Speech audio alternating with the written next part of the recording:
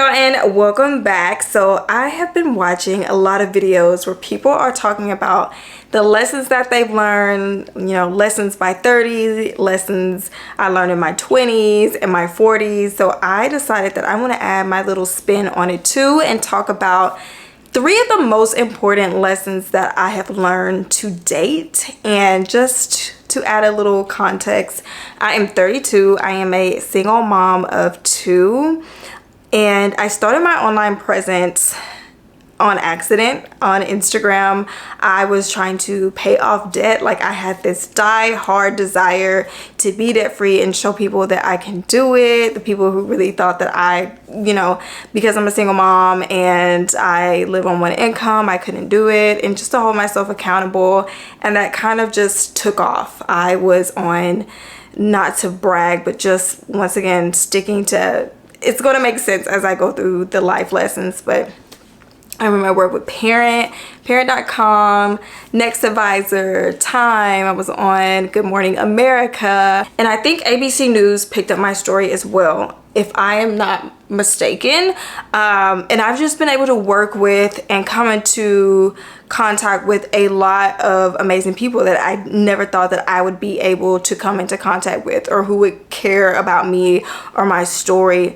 And it's just so vastly different from the person that I am naturally, which leads me into my life lesson number 1. It's that we always somehow find our way back to our childlike selves. So I think children, especially small children, they are like the purest forms of themselves. They have not yet had to deal with the pressures of society, you know, to conform to what we deem normal.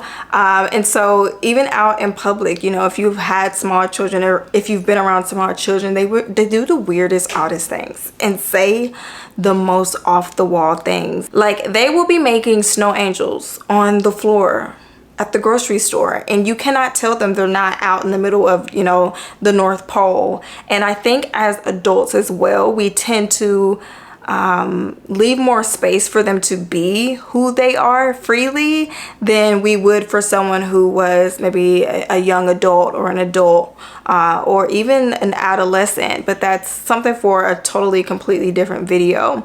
But saying that, as a child, I was very shy, very socially awkward. I did not like being in large groups. I did not like being in small groups. And so school for me was very hard. School for me was very anxiety provoking. I had extreme social anxiety, so much so a lot of people didn't even know I was in their class for the entire year. You know, those people, they're like, they turn around and look at you and they're like, oh, I didn't even know you were in this class, and it's the end of the school year. And you've been sitting behind them the whole entire school year. Like, you know every little freckle or mole on the back of their head, but they didn't realize that you were in that class. Like, that was me. And I always really enjoy watching those videos where people take pictures of themselves every single day, from like childhood, sometimes even from when they're babies, up into adulthood. And you can literally see, once they hit that adolescent stage, the shine from their eyes kind of, it dwindles. The little twinkle in their eye dwindles a little bit, or gets a little darker, and then their smile becomes a lot more serious. And that was me as well. So taking my awkward social anxiety and moving it into middle school was just a huge transition for me. So much so that I ate lunch in the 6th grade. For half of the 6th grade year, I ate lunch in the bathroom. And I put ate lunch in quotations because I didn't eat a thing. I could not make my way to the bathroom with lunch, then I would be caught. So I just sat in the last stall of the bathroom. And I would pull my feet up, so if a teacher came in, because we weren't supposed to be in there at all, it would look like no one was in there and I wouldn't get in trouble. But just the thought or idea of me taking my tray, and I didn't have any friends at this time, so I would be taking my tray and going out into a sea full of tables and kids, knowing I don't have anyone to sit with, and trying to find a spare seat. Like, it was just too much for me. It was too much. I was like, I can't do it. I don't want anyone to see me being alone, because being alone means something's wrong with you. That's what we somehow teach our youth, and we carry it with us through adulthood. Like, if you're alone, oh, I'm supposed to feel sad for you because something's wrong. Like, your loneliness has to be cured. When in reality, like, loneliness is not that bad, but I'll get to that in a minute. So I would sit in the stall. I would sneak on, they were on ramps, they were called ramps. I would sneak onto a specific ramp's bathroom, and I would just sit there until the bell rang. And this created another problem for me, where the class immediately following lunch, I would then have to chug water because my stomach was rumbling, right? I wasn't eating. So now my stomach's rumbling. Kids at that age are very immature, and they're laughing at me, or I'm making some math or taking a test and my stomach's rumbling. It was just a mess. But as much as I was a very quiet soul, I was also very, very creative. From the time I could make words, putting pen on paper, I was filling up notebooks upon notebooks upon notebooks with fan fiction and fictional stories that I made up in my mind, because I lived in my mind, and I still do 90% of the time. And a lot of people would tell me, like, you're so quiet. Why are you so quiet? Why are you so quiet? But I was chatting away in my mind. They didn't realize, like, I'm speaking. I just don't speak through my mouth. I would speak through written words, and it was actually my writing that got me into advanced classes, and I carried those advanced classes with me, and that also helped to form my identity too. But I remember one day I had a sub in like the 2nd grade, and she completely changed my outlook on myself. And once again, I was used to being overlooked by teachers and by students, and I don't think they did it purposely. I was just easy to overlook. But she crouched down next to me, and I thought that was kind of odd, because a teacher has never done that, or a sub has never done that. Normally they would just kind of like let me do my thing. And she says, you know, they say the quiet ones are the observers. And I still remember word from word what she said. I can't remember what she looked like, or what her name was, or anything like that, but I remember what she said to me. And I didn't look at her. I could kind of see her from, you know, my side vision. And then she gets up, she doesn't say anything else. She gets up and she walks to the front of the class, and I sat on that. My little mind was turning, because once again, I'm in my mind 90% of the time. My little wheels were turning, and it wasn't really until middle school that I embodied that about myself, that I fully understood what she was saying, and I embodied that. And so I'm like, I didn't think it was weird that I was always observing so much or analyzing so much. I thought that it was empowering. Like, I was that student, or just that person still, where if someone was called on to read, that I would notice that their hand trembled like ever so slightly as they were tracing the words on the page in the book. Or if someone in class got nervous, or maybe they were being teased a little bit, their right leg would bounce up and down really, really, really fast. Like, little things like that. So as we go through life, I believe that we forget who we are naturally. Like, those energetic little kids who see the world as something magical, and like they really do know themselves and their likes and their dislikes.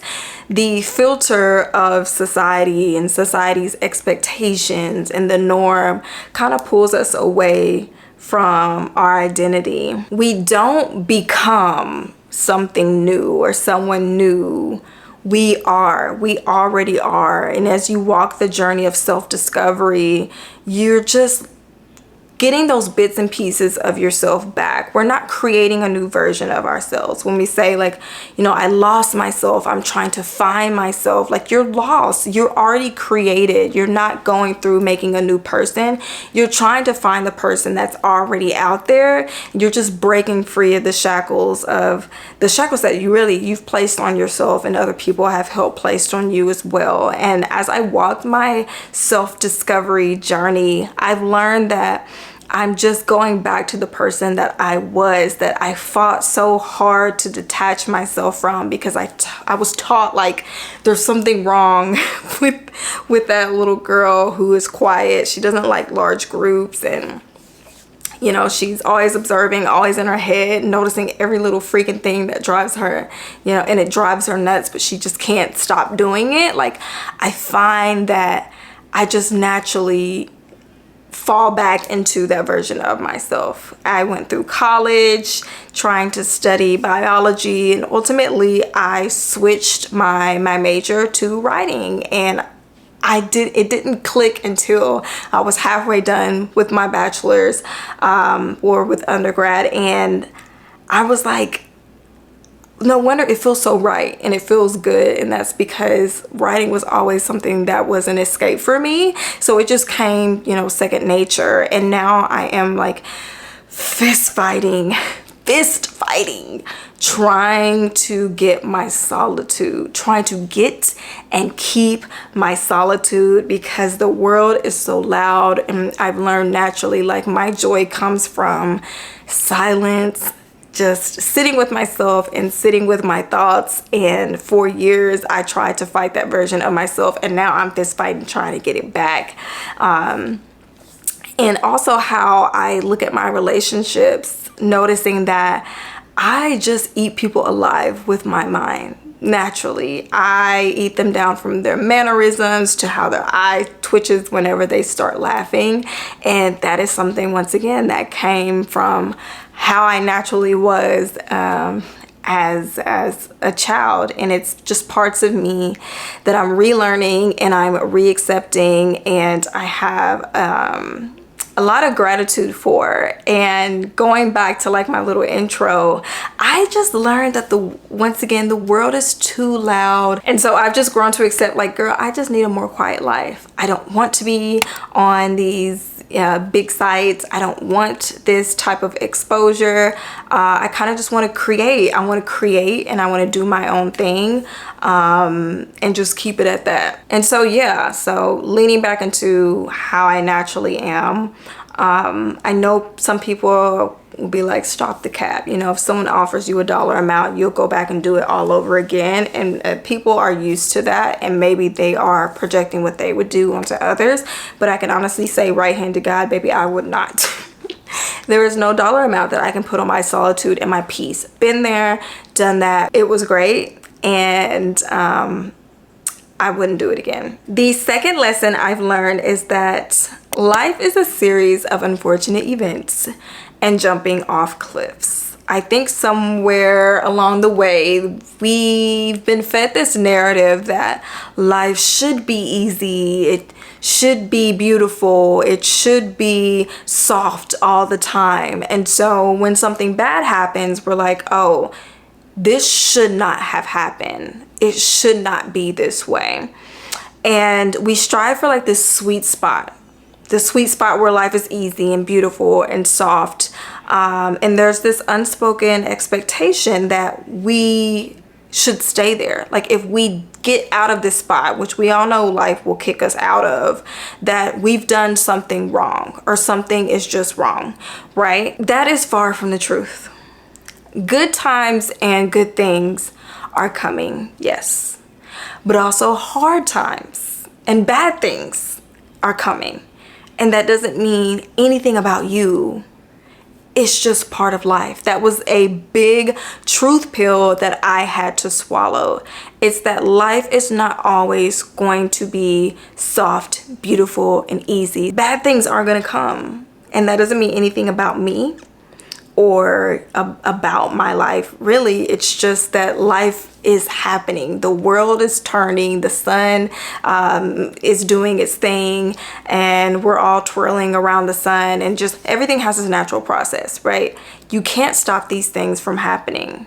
The only thing I have full control of is how I react to these things. And I don't remember if it was what podcast it was, but I heard someone say this, and it was so profound to me that I never forgot what she said.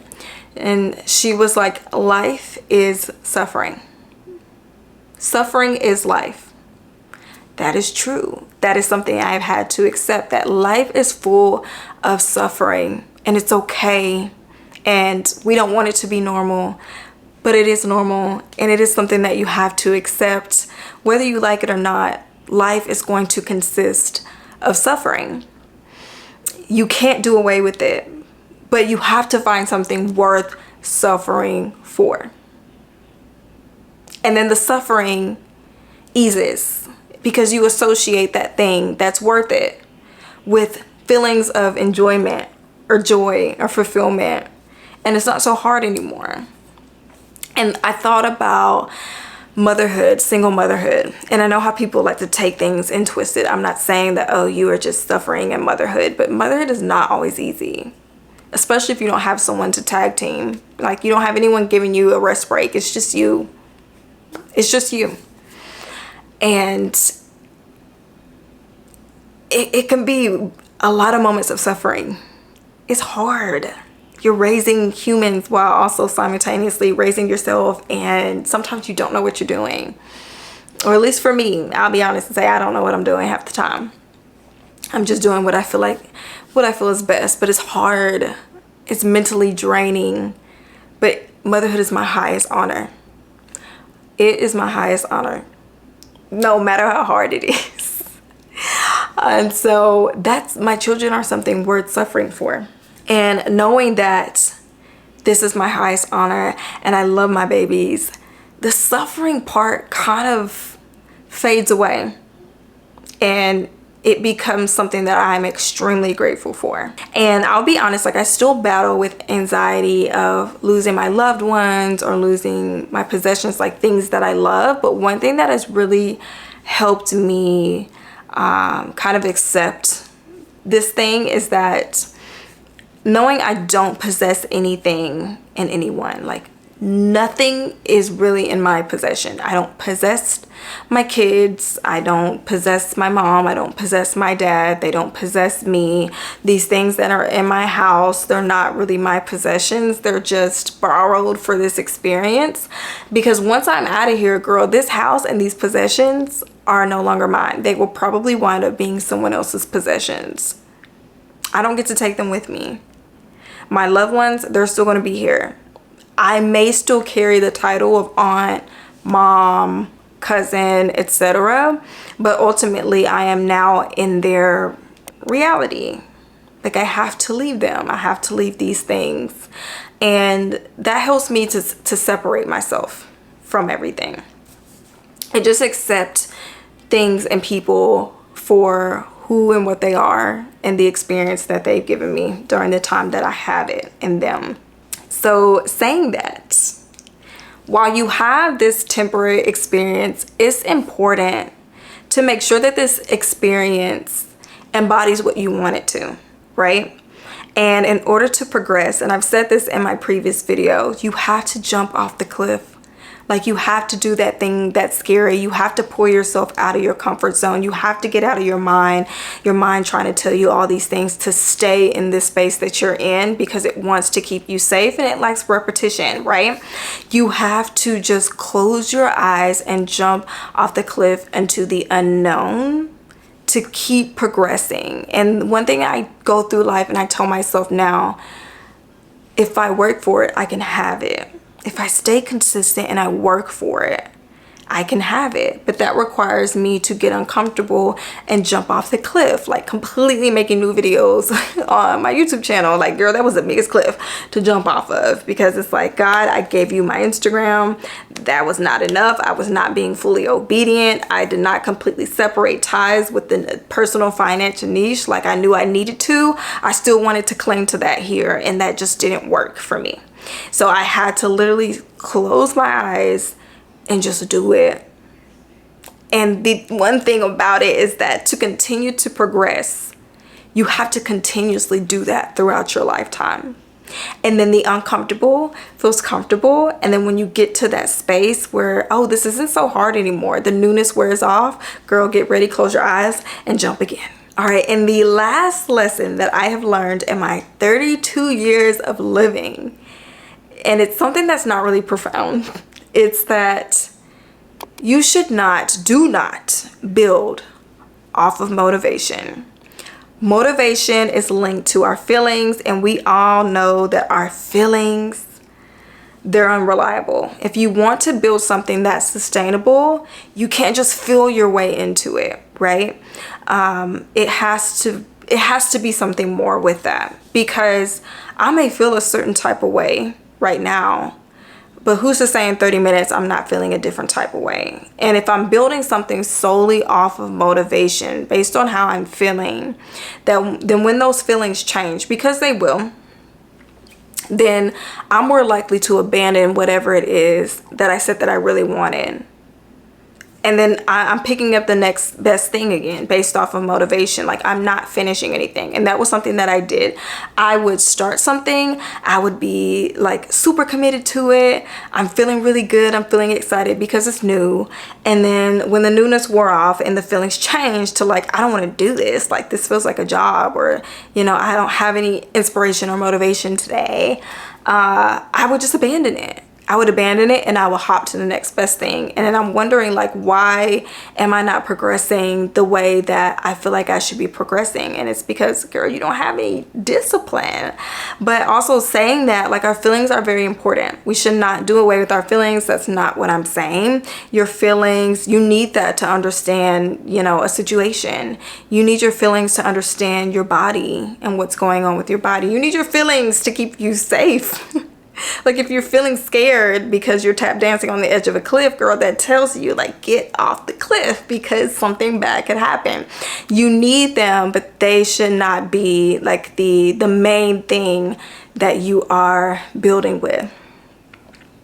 I think it should be motivation, obviously knowing yourself at your core and what you want and what you like, but also discipline. So the one thing that I used to do when it came to money, like while I was motivated to do something new, is that I would build like this process, like these series of steps that I would do. And that way I'm building a routine and I'm getting used to going through that routine. So it becomes instilled in my brain, like it's carved into my brain. That way I'm going to slip into that routine or have that discipline to do it when the motivation wears out. And motivation can return depending on what it is. I find that it does return sometimes. And so I would ride out the wave of discipline and rely heavily on discipline until, you know, I got that little spark of optimism again. My motivation came back. I'm feeling inspired again. And then it became a lot easier. So it's this process of you're inspired, you're motivated, get that process down fast. When those feelings change, you're writing out the discipline that you have to continue going through those steps that you've implemented. And then when the motivation returns, it just gets a little bit easier for you. And it doesn't feel like such a grueling task anymore. But yeah, that's one thing that life has taught me too. Like, if I'm feeling super motivated, girl, and I don't have anything established, I don't have a blueprint, I'm probably not going to go for it. I'm probably going to sit it out until I can make it make sense in my head and have those steps, because without it, I know myself, my feelings change like the wind. I am a very emotional person. They change like the wind, and I can't build a sustainable life off of that. But these were my 3 life lessons that I have learned. Hopefully you guys got something new out of it. But let me know down below, what is the one life lesson that you have learned so far in your years of living? I am honestly curious to know, because I might need some of those lessons. And we've got the comment scrollers too. Like, we need to know what these life lessons are so we know what to look out for. So definitely leave that down below, and I will catch you guys in the next video.